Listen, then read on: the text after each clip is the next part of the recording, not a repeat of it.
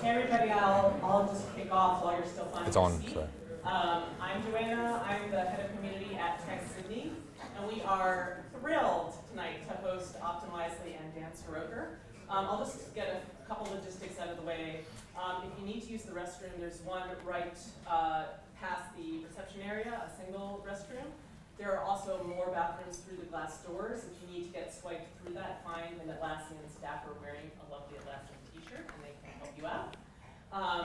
Thank you so much to Atlassian for giving us this amazing plant-filled happy space tonight. It's gorgeous, and we're really grateful to them. So I'll just give you a teeny brief spiel on what TechSydney is and does, and then I will hand it over to our great guests tonight. So TechSydney is a member-funded, entrepreneur-led industry organization that helps the startup sector grow and thrive in Sydney.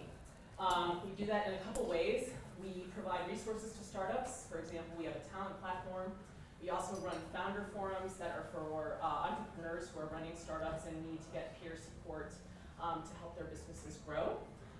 We currently have about 400 company members that represent 85% of the high-growth tech sector in Australia. We also do a fair amount of government advocacy to give a voice to the tech industry to help influence policy like the recent 457 visa changes, the innovation strategic plan for 2030, and finding a long-term startup co-working space for the tech industry in Sydney. So if you're curious to find out more about memberships, just come find me somewhere after the talks. But enough about us. On to our amazing guest, Dan Siroker. So Dan is a pretty cool guy. He is, in addition to being humble and friendly, ran analytics for Obama's first successful presidential run in 2008. And while he was doing that, he realized that there was no kind of tool on the market to make A/B testing easy, efficient, and really effective for companies to figure out, for example, which photograph of the Obamas was going to get you to give us money. So he ended up founding Optimizely, which is now the world's leading experimentation platform with $90 million in annual revenue, $146 million in funding, and they are about to launch their first office in Asia Pacific in Sydney. They're already working with clients like Atlassian, Fairfax, Air New Zealand, eBay, Jawbone, and a lot of other impressive companies. So without further ado, I would love to hand it over to TechSydney CEO Dean McEvoy and Dan Siroker from Palo. Beautifully done. Thanks, Joanna.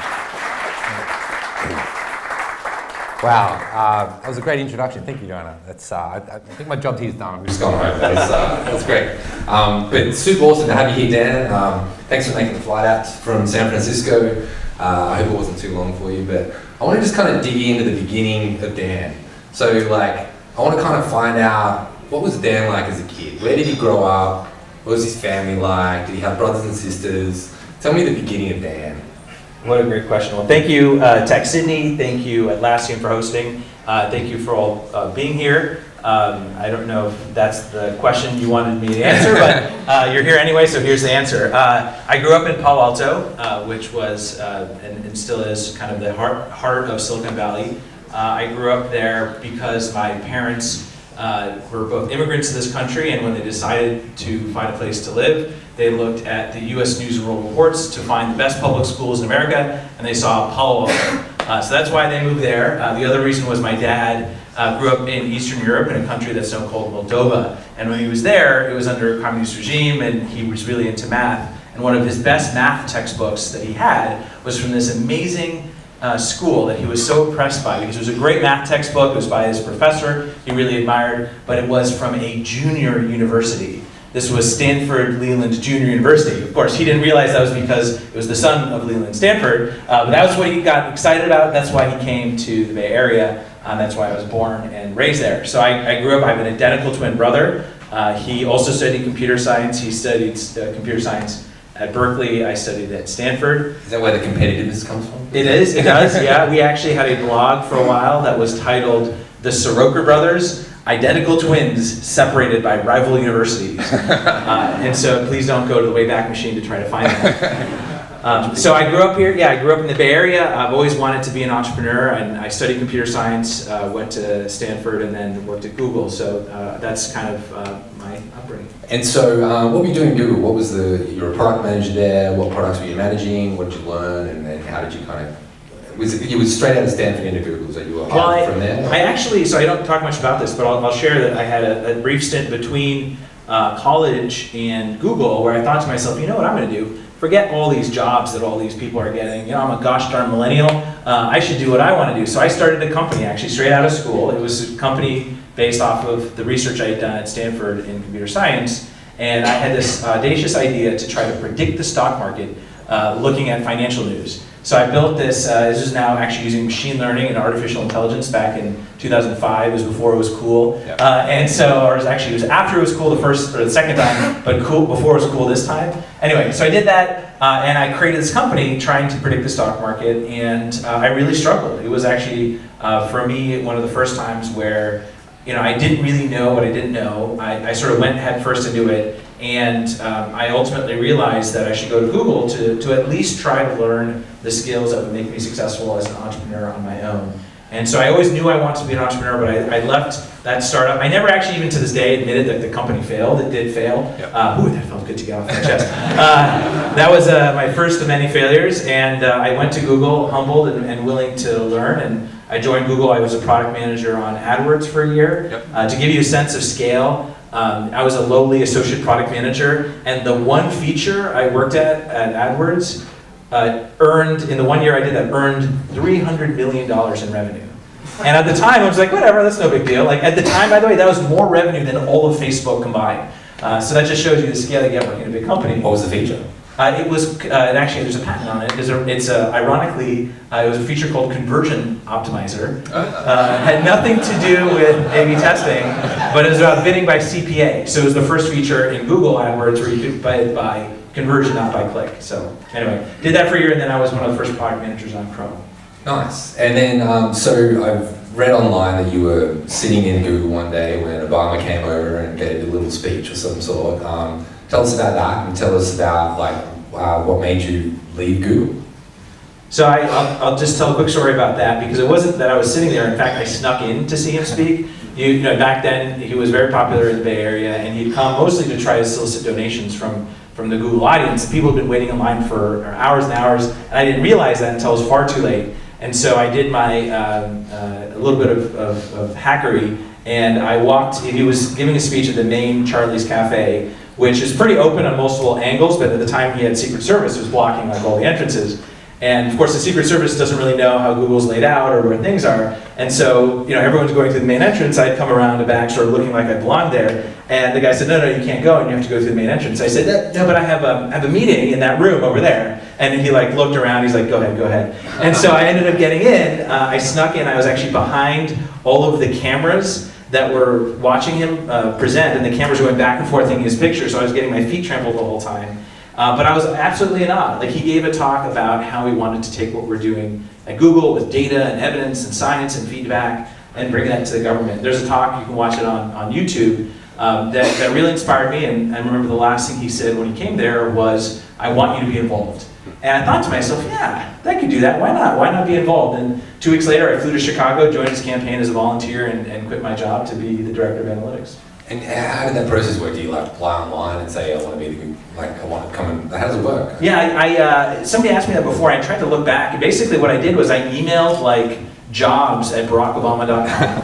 I really did. I didn't know anybody at the campaign, and it was actually well before they actually had funding to hire people. That's why I started as a volunteer, probably also because I didn't know anything, but they didn't have like jobs. I just said, hey, I work at Google, and I dropped that, so pick up that name, but I dropped that name and said I want to help, have an impact, and I don't really know what I can do. Is there anything I can help with? And so happened the person on the receiving end of the name of that email is Craig Brooks, happened to be a huge Google fanboy, and he, I think he actually told me afterwards, he secretly just wanted a tour of the Google Chicago office. So he said, yeah, come on by, come to Chicago. So like on a reply from his email, I flew to Chicago. It so happened to be in the winter, so there wasn't much going on at Google, and started off as a volunteer, and after a couple of A/B tests, they saw the impact we were having, and they made a whole team around us. So back then, how did you do the A/B test? Like, what was day one of the Obama campaign like? You know, walk in the office, hey, this is Dan, he's the Google guy. Well, yeah, actually, they called me Google Dan, GD. How many people were sort of involved? So the whole campaign at the time was like, the whole headquarters was about 80 people, and this was before he won the nomination. So it was this weird mix of ideologically delusional sort of fanboys who's like, yeah, he's definitely going to win, which was like not at all for a foregone conclusion at that point. And everyone else who got rejected from the other campaigns. So it was like a really interesting mix. I would say I was probably in the former, and so it was an amazing group of people who were just there because they believed. They weren't there because they wanted to be the undersecretary to the deputy to the chief of staff to some, you know. But hang on, they got rejected from other campaigns, so they don't believe that much. They know those are the people. Well, I mean, they were maybe they weren't qualified. They still believed. They just weren't. They didn't have the pedigree that you need to get to be in the Hillary campaign. Right. And so, you know, it seems like ancient history, but he was thought of at the time as the third place behind Hillary Clinton and John Edwards. And so it was a beautiful time. I think the people there were all there for the right reasons. I remember the very first day I got there, we went to this German sort of Brauhaus, like this giant place with booths of beer. And it was the first time in my life I'd sort of been completely transported outside of tech. I was interacting with people who were like really, really smart, but in all the different ways that I didn't know how to be smart. I thought smart was like you understood like the latest version of Python and like how to and all that. Boy, to betray my ignorance on tech. But no, these are people who like had all kinds of witty puns and like they knew who the Speaker of the House was. They had all this like political knowledge, and so I felt very like an outsider, and of course I did the thing that I was really good at, was drinking beer, and they remembered me then for a while as the guy who drank one of those boots of beer, which is about 2 liters. It'll totally fit in Australia. Yeah, so hopefully that resonates. But that's how we started, and I did not know that A/B testing is what I would do in the campaign. I think I had left Google with this assumption that every organization ran just using data and making decisions not because of the HIPPO, the highest paid person's opinion, but because the data says it's a good idea. Turns out that many organizations don't have that in its DNA, and so that's what I was able to bring, and I at the time used a product from Google called Google Website Optimizer to run some A/B tests, some really basic stuff, and it had a big impact. And so what do you remember learning? Like, what was the moment when you kind of went, actually there's a business in this, or you know, I'm in the Obama, how long were you in the Obama campaign, and then kind of like you went, hang on a second, this is kind of, there's something in this. Yeah, what was that moment? It's hard to pinpoint the moment in the moment, but in hindsight I can tell you the moment was probably August of 2018, and this was after he'd won the nomination. Bill Clinton was actually giving the Democratic National Convention speech, and there's actually a photo that was taken of this speech, which is everyone in new media, which is a group of people that didn't really understand what we did. They're all watching this TV off the photo of Bill Clinton giving the speech, and a lot of them have Bud Lights, and they're all looking like they have a fun time. And there's a photo of me in the very center of the photo with my neck cricked over. You can actually, if you zoom in, you can see I'm using like jQuery developer tools to try to get Google Website Optimizer to do the thing I want. And that was the moment, as I think back, that really told me that, boy, if this could just be made much easier, you don't have to be a developer. We only ran a small percentage of the tests we wanted to. If this could be made much easier, then whole organizations could do A/B testing and experimentation to get the benefits without the pain. And so, like, you've come up with this kernel of an idea. What did you do next? How did you kind of validate it? What was the process you went through to go, all right, let's do this, let's start this company? Yeah, it wasn't obvious to start that this would be a company, and in fact, after the campaign, has anyone here worked in a political campaign? So yeah, a handful of folks. So it's not really that good for your body. So I don't recommend it if you want to like stay physically and mentally sane. So you kind of go through this process of, most people in life, they have what's called like work-life balance, and you kind of think, okay, my job will end at some point, I'll get another job. When there's like a political campaign and an election coming, you do everything your body can do up until the election with no regard for the future past that. Or at least that's what I approached it as. And so I was massively burnt out. I had gained 50 pounds, 50. Never wanted to do anything with analytics ever again. And so I just thought, okay, I'm gonna go do something completely different. And I went to Hawaii for a week, and then I came back, and I made the one mistake I think a lot of entrepreneurs make, which is starting a company because you want to start a company. Does that make sense? Like starting a company because you want to start a company is not the right way to go. You want to start That's a just a company. nice saying. You couldn't get a job at anything else, isn't it? Or, Well, I mean, no, I could have gotten a job. I just didn't want to do anything else because I had the desire to be an entrepreneur, but I didn't have a problem. At the time, I didn't think I had a problem that I knew well enough or was obsessed enough about to really spend the rest of my life doing it. And so I was brainstorming with my now co-founder about cool startups to start. How many ever done that? Just brainstorming on a whiteboard, like cool startups to start. Wouldn't it be fun to start a startup? And so we had the grand vision of, wouldn't it be cool to like use technology to solve education? And that was the startup we did actually. It was called Carrot Sticks. It was an online math game for kids. And it was just us trying to find a startup to start. And I think what was really flawed about that approach was we didn't understand our user. We built this online math game for kids. We weren't parents, we weren't teachers, we weren't kids. And so we didn't really know what mattered. We didn't know how to prioritize. We didn't know what not to do. And so we did that for 6 months. That one I would describe as my second failed startup. That feels good. You should just declare that every once in a while. startups don't fail, they just fade away. They just fade away, yeah. Actually, it was very expensive to get. Yeah. Also, don't not pay taxes for a couple years, assuming no one's going to find out. Anyway, so we got rid of that startup. And then the third startup was actually the first time we built something that was based off of an insight we had. There was a startup called Spreadly. And that was basically an idea rooted in the struggles we had with Carrot Sticks, which was how do we make it easy for anybody to share a new idea with their friends on Facebook and Twitter. Now it's sort of viral marketing, cause marketing. It was kind of big at the time. And we actually applied to Y Combinator with that. So I think we actually had this sort of humbled approach, like, wow, okay, even though we're these Google hotshots, we don't really know what we're doing, so why not go to Y Combinator? And I remember how arrogant we were. We even remember debating, like, are we too good for Y Combinator? And I'm really glad we decided we weren't too good for Y Combinator and applied and got in. And that actually is in the crucible of Y Combinator on the second week is when I came back to this insight of that moment I had while everyone was watching Bill Clinton's speech, which was, well, what couldn't we just take what I was doing before with jQuery and just make that visual, have a single line of code. What you see is what you get. Visual, real-time results. And then that very quickly turned into optimizing. We raised money and have been on this journey ever since. And so, in those beginning, it was just the two of you. Like, what was your first hire? What was the first action you took? As money's in the bank. Apart from the party and the high five afterwards, you have a few drinks. Like, what was next? Yeah. So hiring is hard. Our first hire was one of the hardest people to hire, and that was my identical twin brother. So let me tell you how hard that was. So he was working as a software engineer, making a ton of money, doing really well. And he wanted to support me. He thought it was great that I was doing this little cute optimizing thing. Do you look similar? Like, do people mistake you? Yeah, we were genetically the same. Yeah. So yeah. Of course, but sometimes identical twins. Well, we've different differed since haircuts then, and yeah. crazy, different beards and stuff. But did you look similar at the time? At the time, we looked pretty similar. And I remember the way I convinced him to join Optimizing. He'd already actually turned us down. Like, he literally turned down the offer. And I called Paul Graham at the time. He was the founder of Y Combinator. And I was like, hey, Paul, I need your help. Can you convince my identical twin brother to join my startup?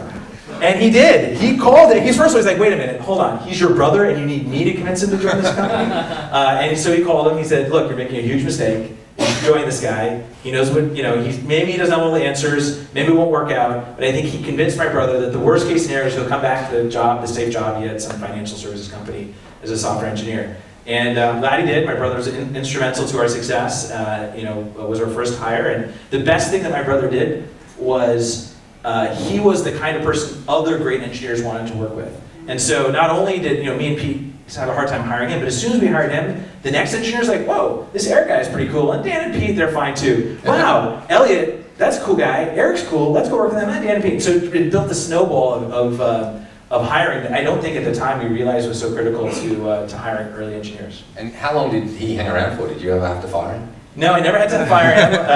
There's sometimes I wanted to. He had this nasty habit of pretending to be like me, which is not a good thing to do at a company, especially to new hires. That was not a good thing. No, he stuck around for a while, and now he moved to LA, and now he's working at Google as a software engineer. Oh, awesome. And so, early days, what was so you raised money, after Y Combinator. What was the next inflection point? Like, so what were the first mistakes you made that you wish you could change? Like, if you could go back in time and think, shit, we wasted a lot of time doing that, or we're running down a wrong path. What's something you screwed up in the beginning that you wish you didn't? I think we made so many mistakes in the beginning, so I'll try to synthesize what would be most helpful for this audience.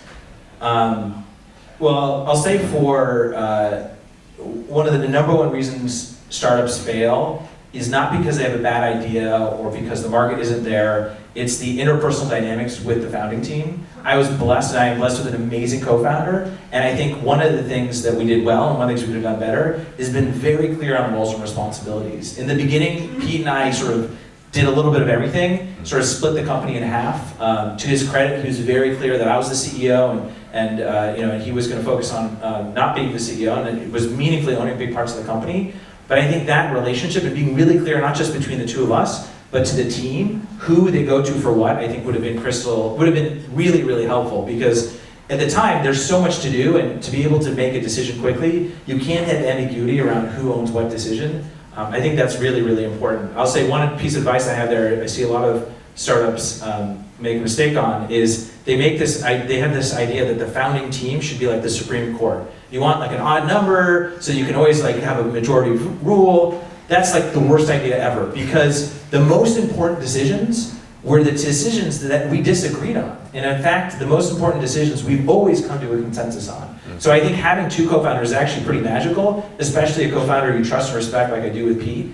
Anytime that he and I disagreed, we always got to a better outcome by forcing ourselves, even if it took a longer time, to get to the right decision. I always say that running a startup's a little bit like manic depression. You kind of go, yeah, oh fuck, yeah, oh no, and having a co-founder kind of sort of evens you out a little bit. It's a little Prozac, so that it's interesting you say that, because in some ways, Pete and I are great compliments, because I think one of my biggest weaknesses is that I'm an eternal optimist. I see all the ways things will turn out right.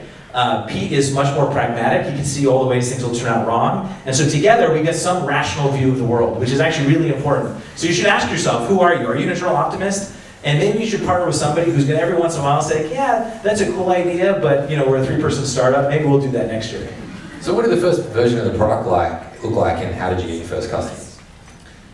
First version of the product was amazingly simple. And that's another piece of advice I have is, it's very, very easy to fall into this trap of thinking that you need all of the features to even build something that's viable to sell.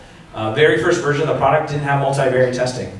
Very first version of the product used an abysmally slow underlying infrastructure to count things using Google App Engine. We took so many shortcuts, and the reason we're able to do that was because of my firsthand experience on the Obama campaign. That's again where knowing your customer and the problems they're facing, having that intuition around the problem is so much more important than having some vision for the technology, or if you're some company that has, oh, AI is cool, let's build an AI company and figure out the problem later. That's absolutely the wrong way to look at it, because you won't know what not to do. So that was the first version. It was embarrassingly simple. Our first big customer was the Clinton Bush Haiti Fund. It was an organization put together after the earthquake in Haiti by then George H.W. Bush and Bill Clinton, and we had connections from the Obama campaign who were raising money there, and there was this one poor IT guy with tens of millions of dollars being donated to this really invisible donation form. And so we were sort of building the plane as it flew to try to make this website more effective. It helped ultimately raise an incremental additional $1 million. But this was before we had a visual editor. This was before we had any of the things that we have today. And it was really very manually done. What did you charge them? How'd you work it out? That was free. It was pro bono. It actually, I give one of the things that got us that was really nice was a great testimonial that we could share at Demo Day, which is the end of Y Combinator. And I think it was that story that got Ashton Kutcher to invest, which was nice. He saw us in the audience. He's like, that's a cool idea. And so I give them credit for that. So it was definitely, even though they didn't pay us money, we got to hang out with Ashton Kutcher. Is he a helpful investor? Was he, is he like the guy of, what's the show that he's in, where he's the tech guy? 2.5 Men. Yeah, thank you. 2.5 Men. Ashton Kutcher is one of the smartest investors we have. And I mean that unequivocally, no joke. Yeah. I think he gets a lot of grief for being a great actor. And in being a great actor, you can kind of portray maybe somebody who's not as well informed. But he is one of the smartest investors we have. He's done great things for the company, including connecting us with other potential employees. One of the things he did that was really inspirational, he came and did an all hands at Optimizely. And I think every single person left that room feeling like we were on a mission from God to change the world. And this is Ashton Kutcher. He believes that. He believes that Optimizely is changing the way businesses operate and work. He's seeing that in the startups he invests in, and so, I mean, I don't know why it took Ashton Kutcher to have to do that, but he did, and so he's been a great investor. It's good to have someone like that to pull into the all hands. Yeah. So this is, what year are we talking? So you've raised money, you kind of got your first early investors in. What year are we talking? 2010, we did Y Combinator. We raised in March of 2010. Yeah. We did our angel round, and then we didn't do our Series A until 2013 when Benchmark invested. Right. And so after that point in time, when you're growing from this sort of small team to, how big was the team by 2013? How many people were you About 2003, we were about 40 people. Okay. And so that transition from kind of you and your brother and your co-founder and the team where you all make decisions, how did you evolve from that sort of 1 to 20 plus, 30 plus people? Like, what was the change in the culture? How did your role change? What did you do? What did you learn differently? How did you evolve that? One of the most important things we did in that evolution was when we were about 15 people, we decided, we observed something. We would interview a candidate, and a lot of people would interview him. Oftentimes the whole company would interview the candidate, and at the end of the day, we would do this meeting where we would sync up and talk about, should we hire this person or not? And I noticed that more often than not, we wouldn't hire somebody because somebody said they weren't a culture fit.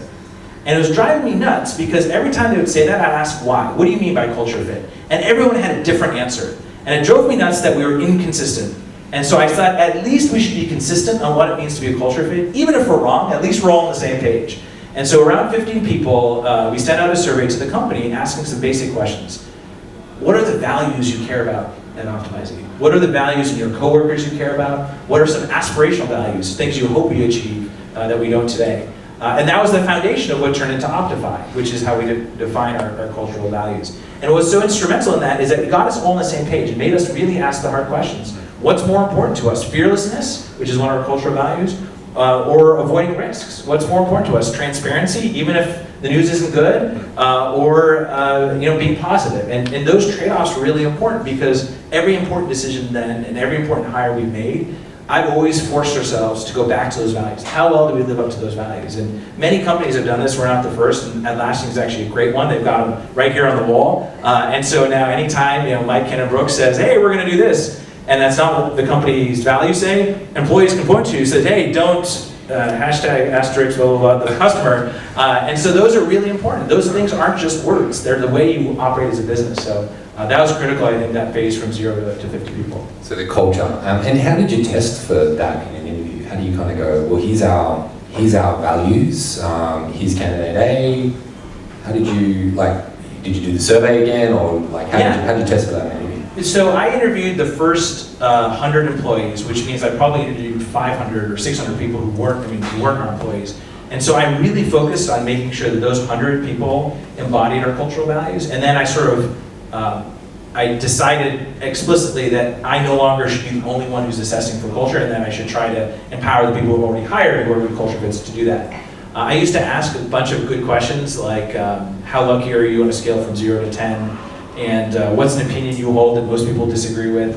In fact, I asked everyone these questions, and to the point where people are like, oh, this is a great story. Dan, you should do an op-ed and Forbes on this. So I wrote this op-ed on Forbes. The problem with that is candidates read that. And then I had this whole phase of candidates who, before I even finished asking the question, were like, well, actually, thank you for asking that question. So I had to stop asking those questions. But right now, actually, the culture fit questions are really rooted in values. And I look for internal consistency. I don't have gotcha questions. I ask questions like, if you had 10 years to live, would you take this job? And one of the things I look for there isn't, I can tell you this because it's an op-ed, but I'm not looking for them to say, absolutely, I'll take this job. What I'm looking for is, do they have the fearlessness to be consistent? If they said, you know what, if I have 10 years to live, I frame the question slightly differently. I say, if you had 10 years to live, what would you do? And some people would say, oh, I've got a house on Manly, and I'll drive a boat, and blah, blah, blah. And then I ask them the gotcha question, which is, oh, okay, so you travel the world, be with your kids, that's great. If you had 10 years to live, would you take this job? And the people I would absolutely not hire would be the ones who quickly just tell me what I want to hear. Yes, of course I'd take this job. Because then I would ask them, well, but what about all the traveling around the world? Oh, I was just saying that in case I didn't get this job. And so if you don't have the fearlessness in that meeting to tell me, no, I will not take this job if I have 10 years to live, then you're not going to have the fearlessness to tell me that I made a dumb decision or I have a bad idea. And as a leader of the company, it's important for me to hire people who are willing to tell me when I've done ideas. What's an opinion you hold that not many people agree with? So I have a lot of opinions that I hold that most people disagree with. I think there's an education bubble. I think people spend far too much on graduate education, and with this assumption that all of a sudden, I'll go to law school and I'll figure out how to become a lawyer. Not thinking like 2 weeks later, which is, wow, it's really hard to get a law job, and oh my God, it's a horrible job. And so I believe that there's a sort of deferred life plan that goes out in most decisions around education. That's one. I mean, I have like probably 100, but after that, you're going to think, why did I just come to listen to that coot? So this is an interview question I used to ask people, which I'm going to ask you. Do you believe in aliens? Do I believe in aliens?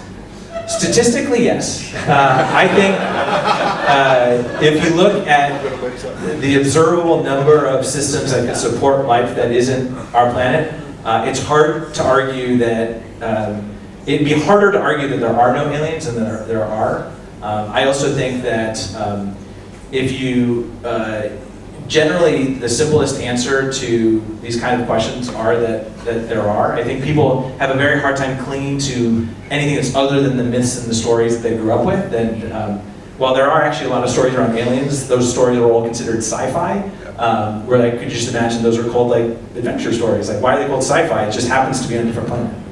You get the job, so. Yeah. You meant what? What are you looking for in that question? Well, the interesting answers were, if someone's just said no straight away, then it's like, well, why? You're not open-minded enough, you haven't considered it. Like, what framework have you done to make that decision? And I dig into that and say, well, what's your basis for that decision? And if they didn't have one, then it's like, well, that's not very good. And then sometimes there's crazy people like, oh my God, this one time, thing came down. I was like, okay, crazy, not going to hire them. So, it kind of was a good filter for both. You get, because, sometimes like this one time when I was like a kid, I was like, probe thing. I'm like, oh, dude, got issues, not going to deal with that. So, but yeah, and just really the open-mindedness, how they approached an unknown problem. So it was a good, always an interesting one at the end. I had to get a clearance from Yahoo whether I was allowed to ask that question actually. Which, I have to say one of the best answers I got to some of these unconventional questions was, how lucky are you on a scale from 0 to 10? And the person that was asking this really thought of this like a deep philosophical question. It wasn't just like 7. It was, well, today, if being alive today, I'm pretty lucky. But if you think about it, if I was born 100 years ago, then of course I'm very lucky by relative standards. But if you think about me being born 100 years from now, then I'm actually very unlucky, because if you think about how much greater the world will be then, and then he segued that into an argument about how we're all fucked. Because if you think, he had this whole argument about like peak oil and how oil's gonna just diminish, and so he was like this small, simple, innocuous question, and he went into like deep PhD level analysis. Did he get the job? He did get the job. Yeah, nice. I like it. So, completely lost track of where we're going, but so was there a key action you took in the business that moved the needle, you think? So from when that changed the business, what decision, what hire, or what thing you did moved the needle the most? I mean, the culture thing was an interesting, but like, is there a specific person you hired you think that changed the culture the most, or a specific thing that?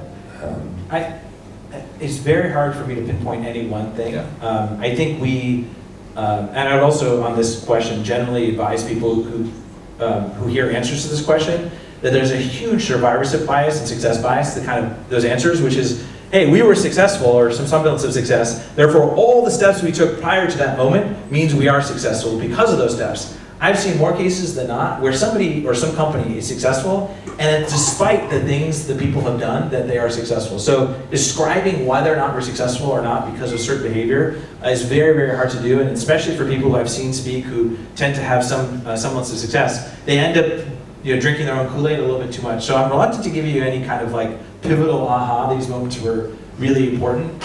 As a weird question, does Optimizely keep track of the log of success of a website over time? So you can go back and tell that story from a... Yeah, we definitely have, every experiment companies have run from when we got started till now, it's in our archive.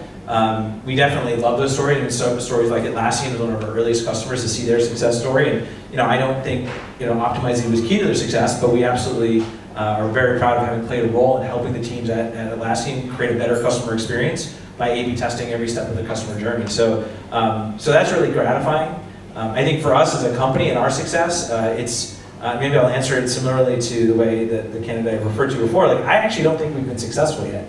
I think we have a market opportunity and potential to build a 100-year company, and 7.5 years in, that's not very far. I think we have a huge opportunity in helping businesses go through digital transformation. I know many of you probably work at tech startups or have your own tech startup, and so this notion of digital transformation may seem like this antiquated idea from long ago, but big companies today are going through massive change. They're scared shitless of Amazon coming in and competing and taking their market share. And for the companies who aren't scared of Amazon, they're the ones that are going to die the first. And so the world is changing fast than ever. Journalism is under attack. One of our best customers is the New York Times. I'm thrilled that they're able to use Optimize to innovate on their business model and to come up with new innovative ways to sustain themselves. So I see a scary world out there, and exciting for us over the next, hopefully, 93 years plus to drive that impact. It's a good segue into the business model. So how did you work out how to sell it? You know, the trial, you A/B tested obviously, but like,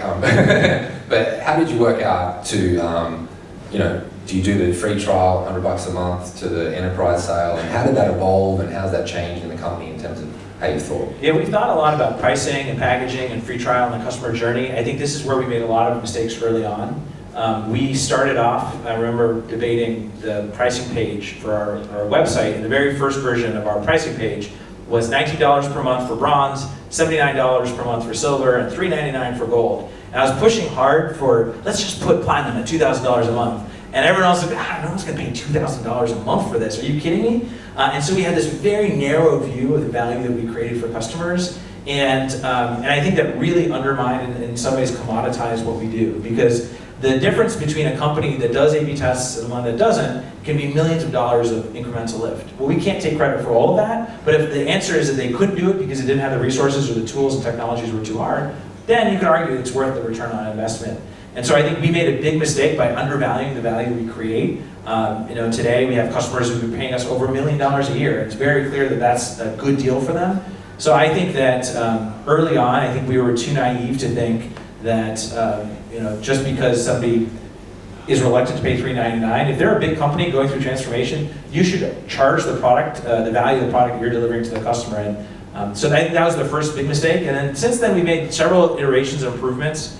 Unfortunately, that's not a lot of our customers who used us early on, who don't see millions of dollars of value and who have a hard time arguing why they should be worth $2,000 a month. They decide to turn off optimizing, and that's sad, but I also think that ultimately only experimentation works if you're willing to put the time and energy to make it successful. And if you can't afford $2,000 a month to do it, you probably can't afford a person's time and energy to do experimentation. So how do you A/B test enterprise sales though? Because that's like, you know, you've sort of gone from this world where you're selling kind of, let's do what the user tells us to do online, to let's work out how to engineer a corporation to convince them to buy our stuff. So how do you do that? That's been hard for us, because we really want to be transparent and high integrity of the relationships we have.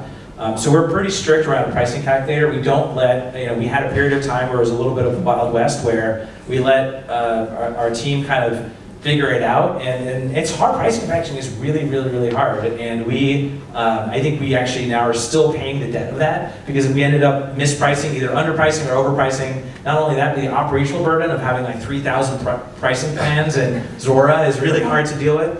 I think so. The answer is that's something that I think we can definitely do better at. I don't think we're still not there yet, and I kind of regret not being as opinionated and forceful on demanding what we think we're worth earlier on. And so, after all these A/B tests that you've run, you must have learned some interesting insights. Is there any kind of interesting learnings that you've had? I remember when we ran Spreaks, which is the group buying site that I mentioned, we learned something really interesting about user behavior one day when we ran a deal, and that same deal ran in like multiple states. And the editorial team, we went to a lot of trouble of like putting videos up and this story about what the restaurant was doing, and spent a lot of time doing it. One day, the same product it was actually ran in different states, and the editorial team forgot to cut and paste the editorial copy into the deal. So all we had was the deal and the price and like a few bullet points, and it outperformed like 3 to 1 in terms of all this effort that we'd gone to create copy and content, and I was like, oh my God, there's like hundreds of thousands of dollars of money we wasted kind of doing this, and it's just so counterintuitive. We kind of thought we're going to create this experience and sell people and stuff. So that was something, you know, it was just a stupid example of what we learned that, you know, by watching what behavior things. There must be thousands of those that you've learned. Is there anything really counterintuitive that you remember from your customers or from your own experience? Yeah, I think, so I used to give a talk, and you can look it up, but actually the first time I gave a talk was at Atlassian in San Francisco, best practices and lessons learned from over 100,000 A/B and multivariate tests. I even wrote a book, which I felt honored to sign and autograph. So it's one of the good things for Optimizely is that there is no real tried and true, just do this and you'll make money. You actually do need to test these ideas, which is good for us. What I would say in general is people very often underappreciate the impact subtle changes have on conversion rate. Even we were talking about pricing before, I think a lot of people fall victim to what they think they read in Econ 101 is actually how the real world works. I've seen many people do pricing tests where even lowering the price reduces the conversion rate, not increases the conversion rate. So that's a good example of that. The other is people read what you write. There's this notion that when someone comes to a website, don't worry about all the copy and the text and the call to action, like it's all the imagery and the layout and design, but like people sometimes will sit there and actually decide to buy or not based off of the descriptions and content. So the experience you give your customers have a huge, huge impact on their willingness to convert. And so those small changes make a big difference. And last thing I'll say is, one of the most valuable signals you can capture when using data about your customers to give them a better experience is their behavior. Through the clicks they put throughout your website or in your mobile app or in any digital touch point you have with a customer, they're trying to give you signals of intent through everything they do. And leveraging that to give them a better experience is a really powerful way to improve your conversions. So where Optimizely's at now, like what keeps you awake at night? What do you think about? What do you worry about in the company? What are the problems you need to solve in your own company at the moment? The biggest thing that keeps you up at night is focus. I think a company of our scale, now that we've gone to 90 million in revenue, is more likely to die of indigestion and starvation. And we have even today, there's never been at the point, I remember thinking in 2013, right before we raised our first round of funding, if we just had one more engineer, we'd get this next thing done. If we just had one more engineer. And now we're at the stage where we have over 100 people in our design engineering product team, and we still always are on this cusp of just one more. And I think that realization, obviously should have dawned on me earlier, but the necessity of an organization to say no to bad customers, no to bad, or not even bad customers who are just not as good as the ones we could go after, or ideas that may be good but aren't as good as the ones we could double down on. That is something that's very, very hard to do. It sometimes only can come from a founder who's willing and has the courage to say no to good ideas. And so that's the biggest thing keeping them up at night is, are we focused enough? I'm going to ask some questions to the audience soon, so start thinking of some things that you might think of. I'll grab another one. Not just yet, but I'll just start thinking of them and we'll come through. So, thank you very much. Legend. There we go. So what's, lost my train of thought. So Optimizely now, you're thinking about that. You've just recently kind of hired a CEO. Talk us through that process of, how do you decide that it's time to step away and hire a CEO? How did that process work? What was the thing? Yeah, it was something I've thought about for a long time. And obviously in Silicon Valley, there's this notion of the founder CEO going all the way. And I think there's a lot of great examples of companies where a founder has been the CEO through many phases of growth. And I think those are amazing stories, and I give those founders like Mark Zuckerberg a ton of admiration and credit. I also think I've seen probably 100 times as many other startups that are companies where the founder can never imagine a world where they're not the CEO, and that notion alone holds the company back from success. And so I went through a process of self-discovery and introspection over the last few years to recognize that ultimately at some stage I want to hire a CEO. Not only because I think that's the best thing for Optimizely, but that's the best thing for me. And being able to focus on the things I love, focus things on customers, product, culture. Today I run a product engineering design team, And I don't have to worry about mediating headcount conflicts between departments and new accounting rules to SaaS. There's all these things that as the company gets bigger and bigger and bigger, you spend your time dealing with reactively and not proactively. So it was a part of the decision was very selfish, is saying, look, what are the things I love doing? I know if I'm doing more of the things I love doing, I'm gonna be better at it, and that's the best thing for optimizing. And then I also realized that ultimately, where we're being successful today is the enterprise. We are the number one most adopted solution. We have customers paying us millions of dollars a year. The process of building an enterprise software company is not something we need to reinvent from day one. And so I went on a process to try to find and hire a CEO who has done that before. And we were really lucky. I was able to hire our top choice, Jay Larson. He has built numerous multi-billion-dollar SaaS enterprise software companies. And so I wrote a whole post on Medium. I recommended, if this is something I know many of you I can see are sort of nodding, saying, boy, yeah, being a CEO or a founder is hard. I'll let you know, like, it doesn't get any easier. So don't think that, oh boy, after I raise at Series A, then my job is infinitely easier. The weight of the world is heavy. And if I could give you any advice, it feels really good to share the load. And so that's why I hired a CEO, is to help maximize our chance of success as a company and to give me the opportunity to focus on the things I love.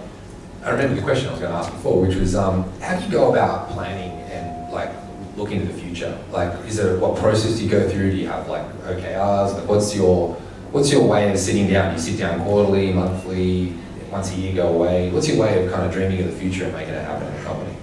So every year we articulate our 3-year ambition. So we think 3 years out and say, what is our ambition? And it's a paragraph, a simple paragraph that describes that. That paragraph then translates into a very clear definition of how we'll win and where we'll play. What are the markets we'll play in? What are the kinds of problems we'll solve for our customers? Who are the kind of companies we want to focus on? And that then inspires and aligns our annual OKRs. So we do objectives and key results. In the past, we've done them quarterly. This year, we're trying out, we're experimenting with doing them annually. And that process has been very useful for aligning different teams and functions to an overall goal for the company.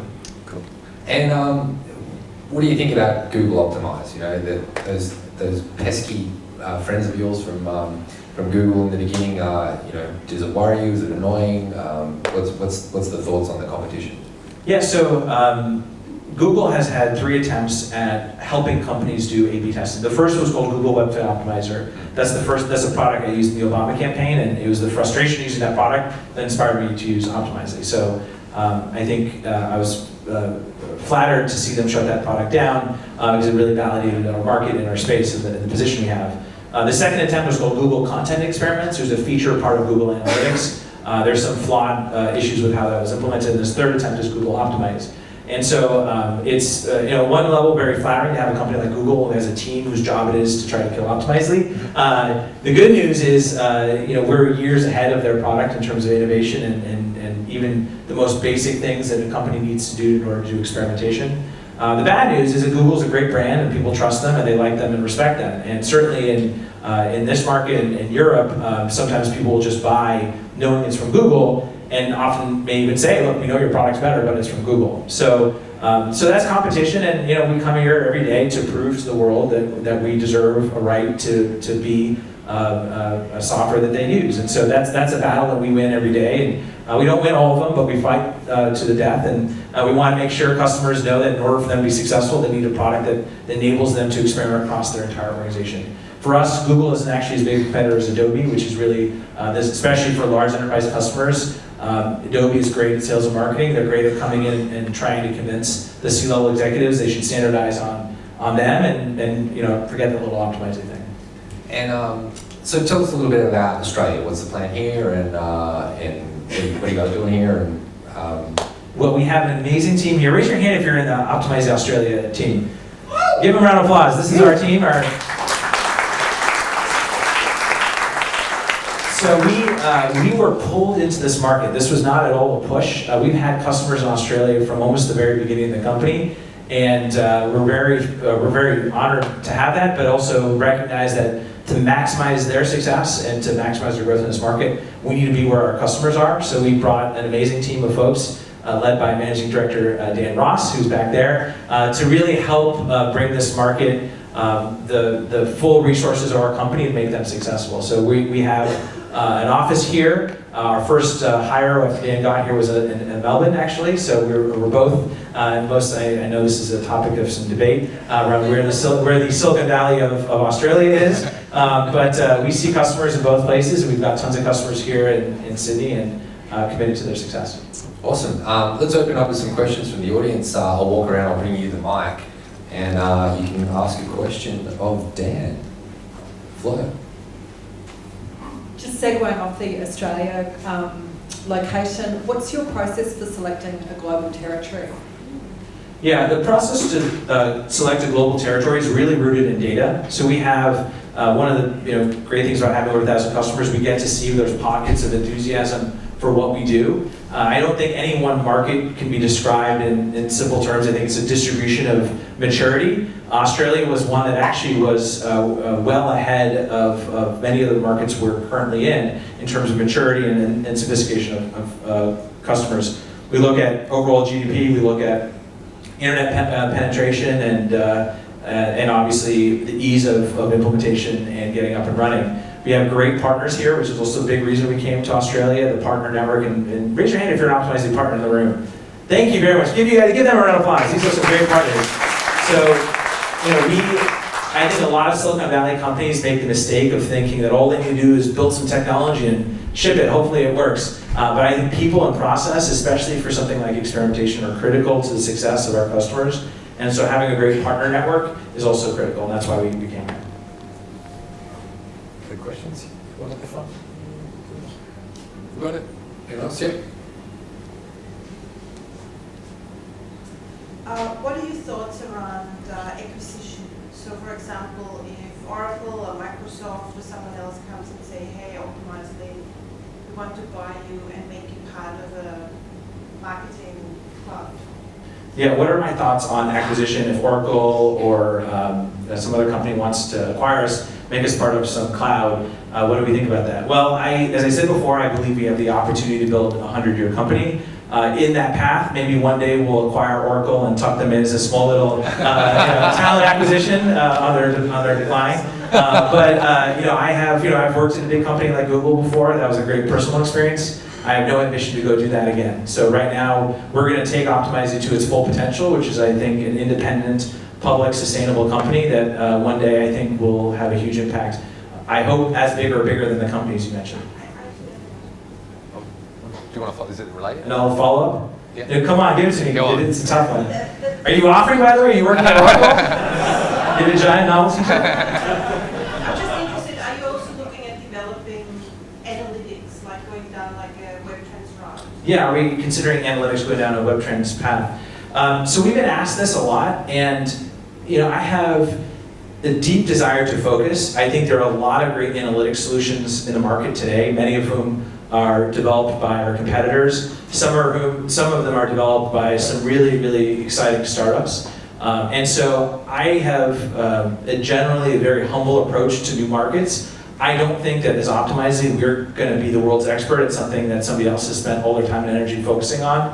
I think analytics is a natural adjacency to us, but I don't think it's the next one we're going to tackle. I'd rather focus on the action, taking action on your data, than creating yet another cool PDF you can show your boss. And the company I'd highlight, if you're considering an analytics solution that I think is really compelling, is a company in San Francisco called Amplitude.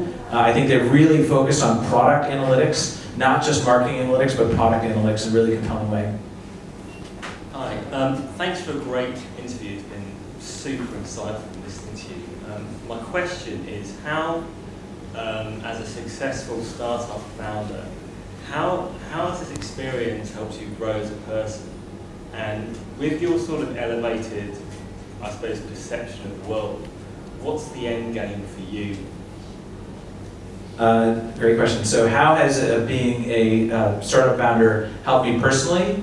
And what's my end game? Is that what you said? Yeah, how have you grown? In terms of growth. Yeah. So it's a good question, and I think I'll frame it in terms of the criteria I used to use and have evolved to use to decide whether to invest in another startup. In the beginning, when I started Optimizely, I thought, all it takes to start a company is you got to be smart. A smart person, maybe their idea is no good, but if it's a smart person. And there's this mantra that people invest in people, not in products or ideas. So that was the beginning. And I thought, okay, now that's a good thing. The second was, after a while, I realized actually being smart isn't enough. You need to be adaptable. You need to be able to like change circumstances, and somebody you hired didn't work out, or you gotta be adaptable and change to the circumstances in front of you. And after a couple of years of doing this, I realized none of that matters. All that really matters is resilience. So to answer your question, the number one thing I learned from my personal life and as being an entrepreneur is resilience. I mentioned earlier the weight of the world. It is hard to wake up every morning knowing 400 people, their families, their lives, their livelihoods, their careers depends on your company's success. And not only that, but 1,000 companies plus have chosen, people have bet their careers as vendors, spending $1 million a year on your technology.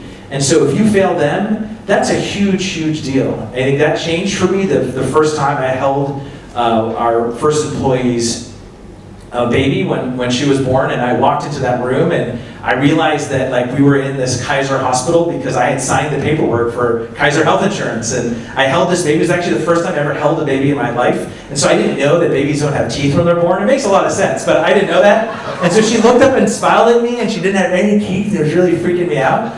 And that moment I realized this is not my company, this is her company. And so I think when you realize the weight of the world is on your shoulders and people have bet their careers on your company, the only way, the best skill you learn is resilience. Do you think you've missed or sacrificed anything by being a startup founder? Do you think you've missed out? Did I miss anything by being a startup founder? Yeah. Oh my gosh. Basically don't have any friends, I guess. Don't feel sorry for me, but like, you're a startup founder, you basically, all you do is think about your startup all the time, and my wife. That was a joke. I actually do think about her a lot more than my startup. But I do think it is a very all-consuming thing. It's not just a 9-to-5 job. If you deeply believe in the problem you're trying to solve, and you've hired people who deeply believe in the problem you're trying to solve, you can't just part-time it. You can't just do it on nights and weekends. And so I do think that a lot of things, I've sacrificed, but it's not. I wouldn't even call it a sacrifice. I prioritized at a different level than the company, and I'm happy I did. I can repeat it. Go.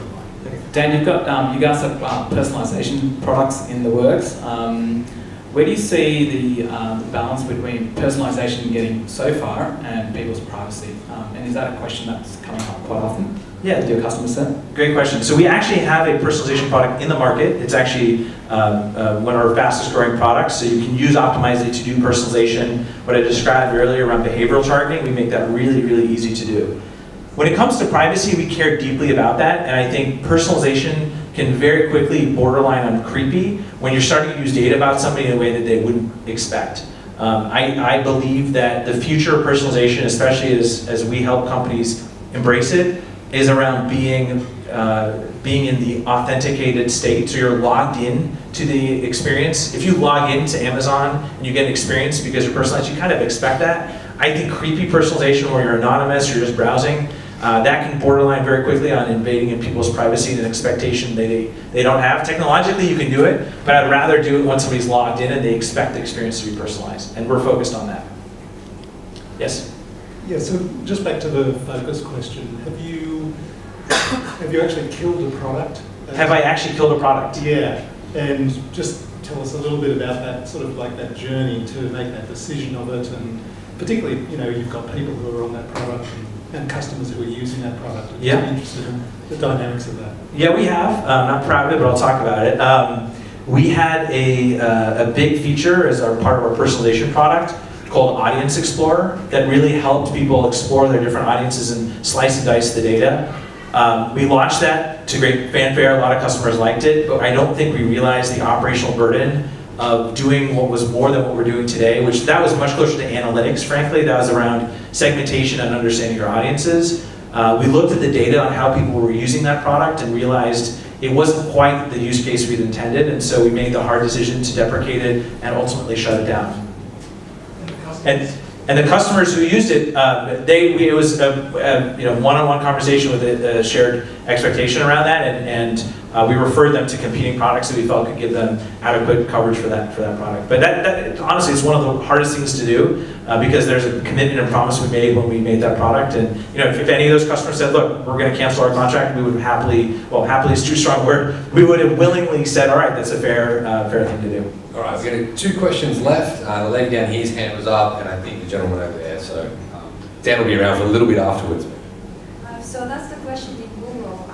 Did you get royalty for the feature that you built in Google? Did I get royalties for the feature I built in Google? I did not, but I should have. $300 million is a lot of money for its lowly APM. I was like a cog in a machine. I made that $300. Anyway, I do think though that's actually I don't typically espouse working for big companies, but if what you love doing is having a broad impact, I think Google's a great place to do that. As an entry-level person, I had a small feature on a big product that was making billions of dollars, and I think at the time I was too naive to realize how big that number actually was, now having spent 7.5 years to get to 90 million, but the day I surpass 300 million and optimize it will be a good day for me. You wait, there'll be commission-based product management soon in Optimize Yes, the features, so... Thanks, Dan. It's been great. Just 2 quick questions. So one, back in the day, I remember companies like Visual Website Optimizer and others that were out there sort of making noise about A/B testing. How did you guys rise above the noise to sort of acquire customers against this other sort of competitors that are out there? And then so the second one was in terms of the pricing and the value, since some customers are spending millions of dollars with you, at what point do they start to say, oh, can we build this ourselves versus use you guys, and how do you sort of balance that? Great question. So the first is on Visual Website Optimizer and how did we rise above that? I like the framing of the question. So we had a period of time, so take a step back. Many of you are doing startups, many of you will do startups, and there's one of 2 outcomes. You're either going to be successful, in which case you should probably think about the next step, or you're not, in which case it won't matter. If you're successful, people will try to imitate you. And not only that, but the things that take you a year to do might take them 6 months to copy. And so I think it's really important to be strategic and thoughtful around the areas you invest in, because I think in the beginning we're like, we'll just build something cool and hopefully it makes a company. And like we never thought about what happens when like Benchmark give us $28 million in a record Series A, and what happens when we have all of these great testimonials and proof points. Well, people look at that, and companies like Adobe build entire teams to try to kill you. And so I never thought of this 3-dimensional chess game when we started, but ultimately we went back to our values, and one of our values was around trust, respect, and taking the high road. So we had many competitors along the way, including some of the ones you mentioned, that decided to spread fear, uncertainty, and doubt, would frame the conversation in a way that we thought was not customer-centric, and so we didn't engage. We did not do tit for tat. We only did that in cases where we felt like the best interests of our customers were served by sort of undoing the FUD that was in the market. And if you look at, you can Google, there's a blog post I published that quoted a Gandhi quote around first they ignore you, and then eventually they laugh at you, and then eventually you win. And so in that case, I think we fought a good fight competitively. But ultimately, we try to focus maniacally on our customers and not our competitors. That's what helped. On your second question, which was? About the pricing. About pricing, yeah. And so people today who use Optimizely do seriously consider building it in-house. And that's why we built our full stack product, which is designed to really enable companies who want to and maybe have built in-house solutions for developers to actually leverage Optimizely, not just for the marketing use case, which is what we started with, but for deep experimentation into their tech stack. And so we go through buy versus build analyses. Companies look at, okay, this is going to take us 4 engineers, we're going to have this much investment, this maintenance, and they ultimately decide we're going to spend money with Optimizely because it's a better return on investment, and you get the continued innovation of the things we'll do ahead that they wouldn't be able to get from an in-house team.